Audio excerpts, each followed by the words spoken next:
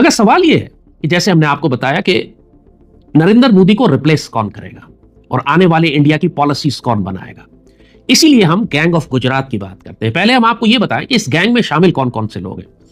इस वक्त जो पूरी इंडियन गवर्नमेंट को और आरएसएस को चलाने वाला ग्रुप है, उसके सारे स्ट्रेटेजिस्ट और पॉलिसी मेकर्स और थिंकर्स और उसके थिंक टैंक्स और उसके माइंड्स और उसके कंट्रोलर्स, वो सब गुजरात के।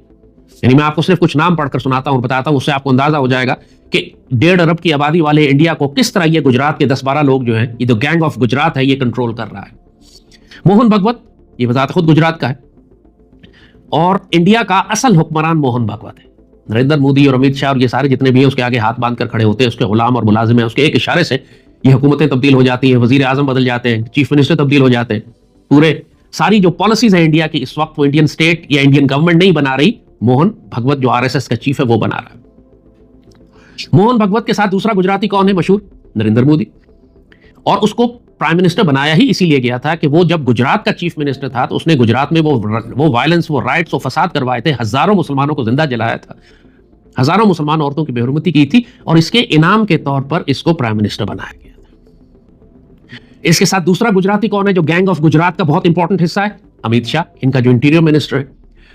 अमित शाह बजाते खुद अब नरेंद्र मोदी को रिप्लेस करने का कैंडिडेट है।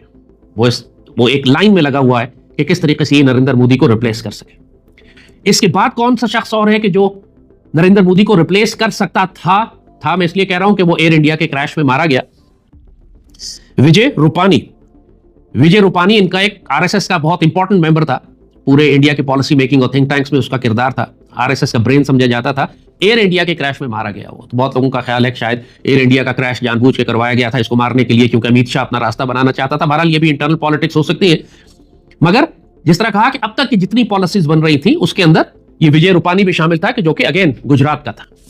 इसके अलावा और कौन गुजराती है?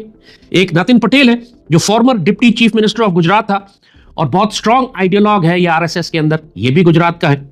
फिर भूपेंद्र पटेल है, ये current chief minister of Gujarat है। जिस तरह पहले मोदी था, अब ये current chief minister Bhupendra Patel है और ये भी नई जनरेशन ऑफ लीडरशिप है, जिसको हालांकि बड़ी उम्र का है लेकिन फिर भी इसको तैयार किया जा रहा है। नरेंद्र मोदी से कम है, 50-60 साल की उम्र में इसको तैयार किया जा रहा है कि आने वाले वक्तों में ये आरएसएस की लीडरशिप संभालेगा। जो आरएसएस का क्रिएटर था, जिस शख्स ने आरएसएस बनाई थी, यानी केशवर बलीराम हेजवार, ये भी गुजरात का था।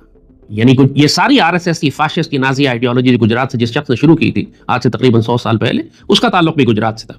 उसके अलावा Ramesh bhai Oza, well known orator and preacher, he has been influential in spreading the RSS ideology. Ramesh bhai Oza ये भी आजकल भी आरएसएस की मजलिस जो शूरा, जो उनकी एलीट काउंसिल है, उसका मेंबर है और पॉलिसी मेकिंग में मोहन भगवत के साथ एडवाइजरी रोल में है, ये भी गुजरात का है। फिर गुलाब चंद कटारिया, ये भी प्रोमिनेंट आरएसएस का है, वो सर पे लाल रंग की पगड़ी पहने रहता है, ये भी गुजरात का है। और इंटरेस्टिंगली सिर्फ ये पॉलिटिकल एलीट नहीं, जो इस वक्त इंडिया पर हुक्मरानी कर रही है, इकोनॉमिक और बिजनेस एलीट, वो भी गुजरात के। और बहुत कम पाकिस्तानी जानते हैं कि ये अंबानी और अडानी जो 2 बिलियनर्स हैं, जो पूरे इंडिया को कंट्रोल कर रहे हैं, और खासतौर पर अडानी जो है ये तो मोदी का बिजनेस पार्टनर भी है, और पूरी इंडियन गवर्नमेंट की, इंडिया रियासत की पॉलिसीज तब्दील कर दी जाती हैं सिर्फ इन ग्रुप्स को सपोर्ट करने के लिए, फैसिलिटेट करने के लिए, क्योंकि ये अरबों डॉलर फंडिंग करते हैं आरएसएस को और मोदी को और आरएसएस की लीडरशिप को। ये अंबानी और अडानी ये भी गुजरात के हैं। तो आप सोचिए किस तरीके से पूरी भारतीय रियासत की पॉलिसीज, चाहे वो आरएसएस की हो या उनकी जो बिजनेस एलीट है, ये गैंग्स ऑफ गुजरात कंट्रोल कर रहे हैं। और यही गैंग डिसाइड करते हैं कि इंडिया किस तरफ जाएगा, क्या उसकी इकोनॉमिक और मिलिट्री पॉलिसीज होंगी, क्या सोशल पॉलिसीज होंगी।